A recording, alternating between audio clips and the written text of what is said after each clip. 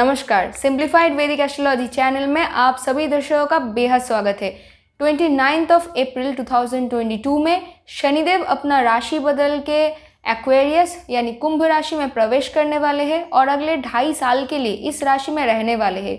तो अगर आप लोगों का राशि या फिर लग्न अगर तुला यानी लीब्रा है तो शनिदेव इस पर्टिकुलर 2.5 साल के टाइमिंग में आपके लाइफ को किस तरह से प्रभावित करने वाले हैं और क्या क्या घटनाएं शनिदेव आपके लाइफ में लेके आने वाले हैं, इसके विषय में पूरा डिटेल्स में इस वीडियो में मैं बताने वाली हूँ। तो अगर आप लोग मेरे चैनल पे कोई भी नए व्यूअर्स है और अभी तक सब्सक्राइब नहीं किया है तो प्लीज़ मेरे चैनल को सब्सक्राइब कर लीजिए एंड नोटिफिकेशन यानी बेल आइकन को ज़रूर ऑन करके रखिए ताकि जब भी मैं कोई भी नया वीडियो बनाऊँ उसका नोटिफिकेशन आप लोगों तक पहुँच सके।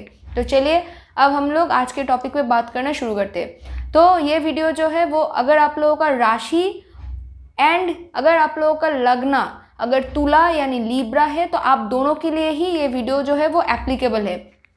तो तुला यानी लीब्रा राशि और लग्न के लिए शनिदेव आपके 5th हाउस में प्रवेश करने वाले हैं और अगले 2.5 साल के लिए इस घर में रहने वाले हैं। तो 5th हाउस सबसे पहली बात है कि वो आपके बच्चों को और आपके एडुकेशन को रिप्रेजेंट करता है।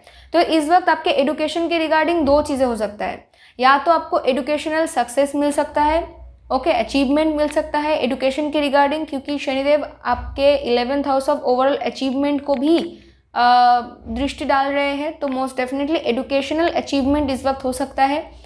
अगर आप लोग इस वक्त अगर आपका पर्टिकुलर महादशा और अंतर्दशा लॉर्ड अगर इंडिकेशन दे रहे हैं, अदर प्लानिटरी एस्पेक्ट भी अगर अच्छे से अलाइंड है तो इस वक्त मोस्ट डेफिनेटली आप लोग कंसीव कर सकते हैं।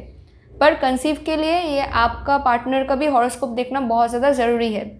ये सिर्फ आपका हॉरोस्कोप देख के हम लोग ये नहीं बता सकते, पर ये एक जनरल एक एनर्जी है। ओके, उसके बाद और नहीं तो थोड़ा बट कंसीव करने में थोड़ा डिले भी शो हो सकता है, ठीक है, पर वो डिनायल नहीं है, ये डिले हो सकता है पर अल्टीमेटली होगा। एडुकेशनल अचीवमेंट हो सकता है, पर यहाँ पे अगर फॉर एग्जांपल कि किसी तरह से आप लोगों ने फेल किया किसी सब्जेक्ट पे, ओके, तो ये इस वजह से हो सकता है क्योंकि सैटर्न जो है वो एक रियलिटी चेक इन करवाते हैं, वो आपको रियलिटी शो करवाते हैं। तो इस वक्त अगर समहाउ होना तो नहीं चाहिए पर समहाउ अगर किसी वजह से आपका कोई भी आप लोगों ने कोई एग्ज़ाम दिया आप फेल हुए तो इसका रीज़न ये हो सकता है कि आप लोगों ने इनफ प्रिपेयरिंग नहीं किया था। तो आप लोगों को वो चीज़ अगेन आपको देखना पड़ेगा कि क्या हुआ है, कहाँ पे आप लोग प्रिपरेशन में लैक हुए थे, उस चीज़ को आपको फिर से करना पड़ेगा, उसी के बाद आपको रिजल्ट मिलेगा। क्योंकि ओवरऑल सैटर्न कितना भी स्ट्रॉन्ग क्यों ना हो, सैटर्न एक कार्मिक प्लैनेट है, वो तभी आपको अच्छा रिजल्ट देगा जब आप अच्छी तरीके से उस चीज़ को अचीव करने के लिए आप काम करोगे। विदाउट काम करना सैटर्न कभी भी कोई भी चीज़ आपको बहुत ही इजीली नहीं देते हैं। इस वजह से सैटर्न आपको पहले प्रिपेयर करते हैं, वो आपको टेस्ट करते हैं, देखते हैं कि वो जो रिजल्ट वो आपको देने वाले हैं उसके लिए आप लायक हो कि नहीं। ओके, तो अगर किसी का कोई प्रॉब्लम हुआ एडुकेशन में, प्लीज़ आप लोग चेक कीजिए कि कहाँ पे प्रॉब्लम हो रहा है। ऐसा भी हो सकता है कि आप लोग इनफ डिसिप्लिन नहीं हो, आप लोग सैक्रिफिशियल नहीं हो, आप लोग कमिटेड नहीं हो उस चीज़ की तरफ, इसी वजह से वो चीज़ आपको नहीं मिला। क्योंकि सैटर्न हमेशा duty, commitment and sacrifice and restriction को भी रिप्रेजेंट करता है। और सबसे पहला सैटर्न जो है वो स्ट्रक्चर को रिप्रेजेंट करता है। तो आप लोगों को कुछ भी चाहिए 5th हाउस रिगार्डिंग, आप लोगों को स्ट्रक्चर्ड होना पड़ेगा, उस हाउस की तरफ डिसिप्लिन होना पड़ेगा आपको।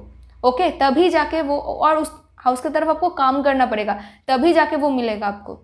और सैटर्न का 3 अलग अलग स्पेशल दृष्टि होता है। तो सैटर्न जिस किसी भी, और हाँ सॉरी, 5th हाउस चिल्ड्रन यानी बच्चों को भी रिप्रेजेंट करता है। तो अगर आप लोग ऑलरेडी पेरेंट हो तो आपको दिखाई देगा कि इस वक्त आप लोगों को अपने बच्चों की तरफ बहुत ज़्यादा ध्यान देना पड़ेगा। ओके, तो बच्चों की तरफ, उनके एडुकेशन की तरफ आपको बहुत ज़्यादा इस वक्त ध्यान देना पड़ेगा। तो अब सैटर्न अपने 3 नंबर दृष्टि से आपके 7th house of marriage, partnership, relationship और कोई भी लीगल कोई भी कॉन्ट्रैक्ट होता है, इन सब and in general other people को रिप्रेजेंट करते, मतलब 7th हाउस इन सारी चीज़ों को रिप्रेजेंट करता है। तो सैटर्न अपने 3 नंबर दृष्टि से आपके 7th हाउस में दृष्टि डाल रहे हैं और इस घर को भी प्रभावित कर रहे हैं।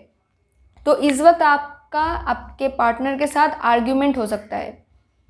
ओके, तो अब ये मत समझिए कि सैटर्न आपके 5th हाउस में आए हैं तो आपके रोमांटिक लाइफ में प्रॉब्लम हो रहा है, आपके पार्टनर के साथ आपका प्रॉब्लम हो रहा है। सैटर्न की वजह से ये नहीं हो रहा है।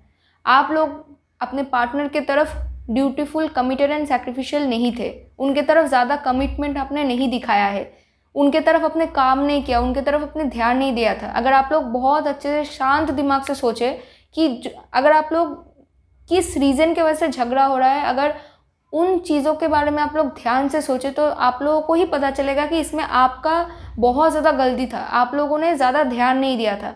क्योंकि सैटर्न एक रियलिस्टिक प्लैनेट है, तो वो कभी भी किसी भी घर में ऐसे प्रवेश करते हैं, दृष्टि डालते हैं, तो उन घरों की तरफ आपको रियलिटी चेक इन करवाते हैं। तो सैटर्न आपको दिखा रहे हैं कि देखो, अगर आप लोगों ने ध्यान नहीं दिया था अब तक, तो इस वजह से ये प्रॉब्लम्स आ रहे हैं, तो अब इसकी तरफ काम करना शुरू करो, तब जाके वो रिजॉल्व होगा। ओके अगर आपके बिजनेस पार्टनर, सपोज आपके बिजनेस पार्टनर के साथ आपका रिलेशन अच्छा नहीं जा रहा है, सपोज कि आपके बिजनेस पार्टनर ने आपको धोखा देने की कोशिश की आप बिजनेस में आपको, तो इसके लिए रीज़न तो यही हो सकता है कि आप लोगों ने टाइम पे फाइल्स चेक नहीं किया, चीज़ों को आप लोगों ने ज़्यादा ध्यान नहीं दिया, शायद उनके तरफ अपने ज़्यादा काम करने के लिए छोड़ दिया। आपको लगा कि ठीक है, फॉर द टाइम बिंग वो ज़्यादा ध्यान दे रहे हैं, मैं बैठ के थोड़ा पैसा कमा लेती हूँ, पर वो जब तक आप काम नहीं कर रहे थे उस बीच में उन लोगों ने वो घोटाला कर दिया, तो गलती तो अल्टीमेटली आपका हुआ। सैटर्न ने बस दिखाया कि देखो ये ऐसा काम कर रहे हैं आपके पीठ पीछे, अब देखो चीज़ों को अपने हाथों में लाओ। तो ये चीज़ें होता है। तो आप लोगों को, अगर आप लोग कोई बिजनेस पार्टनर ढूंढ रहे हो तो बहुत सोच समझ के और ध्यान से ढूंढिए। कोई भी लीगल कॉन्ट्रैक्ट आप लोग साइन कर रहे हो, प्लीज़ लीगल एडवाइस लीजिए, किसी एडवोकेट के पास जाइए, या फिर जो लोग इन सभी चीज़ों के बारे में बहुत एक्सपर्ट है उनके पास जाके एडवाइस लीजिए, क्योंकि सैटर्न का 3rd एस्पेक्ट यानी दृष्टि जो है बहुत कार्मिक होता है। ओके अब क्योंकि सैटर्न आपके 11th हाउस में ध्यान मतलब दृष्टि डाल रहे हैं, तो इस वक्त आपको अपने गोल, अपने अचीवमेंट और आपके पैसों के ओवरऑल इनकम की तरफ बहुत ज़्यादा आपको ध्यान देना पड़ेगा। आपको अपने नेटवर्क सर्कल जो कि प्रोफेशन से आपको मिला है, यानी प्रोफेशनल नेटवर्क सर्कल की तरफ आप लोगों को ड्यूटीफुल, कमिटेड एंड सैक्रिफिशियल होना पड़ेगा। अगर उनको आपकी मदद की ज़रूरत है, उन्होंने आपको अप्रोच किया है, तो आपको उनको हेल्प करना होगा इस वक्त।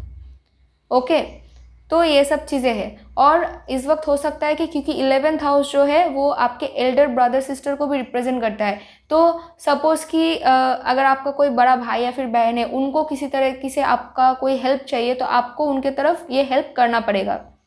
और यह हेल्प आपको इसलिए भी करना चाहिए क्योंकि वो बाद में आप लोगों के लिए ही कोई अच्छा रिजल्ट ला सकता है। ओके अब सैटर्न आपके 2nd house of family, speech और family asset, family wealth and food habit और वैल्यू सिस्टम, इन सभी चीज़ों को 2nd हाउस रिप्रेजेंट करते हैं।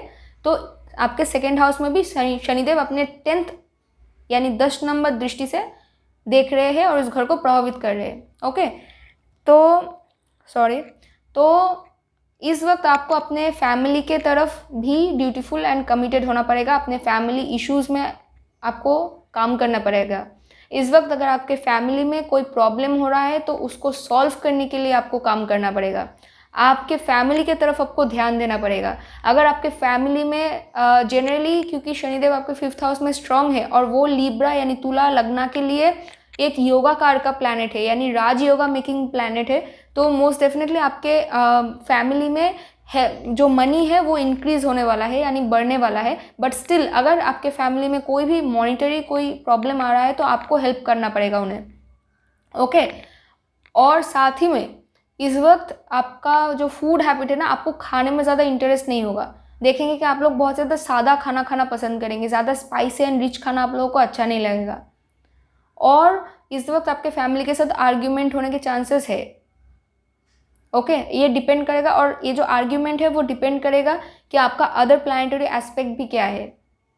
ओके आपके 2nd हाउस के ऊपर एक्चुअल 2nd हाउस लॉर्ड कैसा है, आपका करंट महादशा अंतर्दशा लॉर्ड कैसा है, इन सभी चीज़ों के ऊपर डिपेंड करेगा। और इस वक्त ना आप लोग देखेंगे कि बहुत ही ज़्यादा आप लोग कोल्ड बात करेंगे, मतलब लाइक बहुत ज़्यादा स्ट्रिक्ट बात करेंगे, टू द पॉइंट बात करेंगे। ज़्यादा आप लोगों को ज़्यादा बात करना, बहुत ज़्यादा ब्लैबिंग करना पसंद नहीं होगा।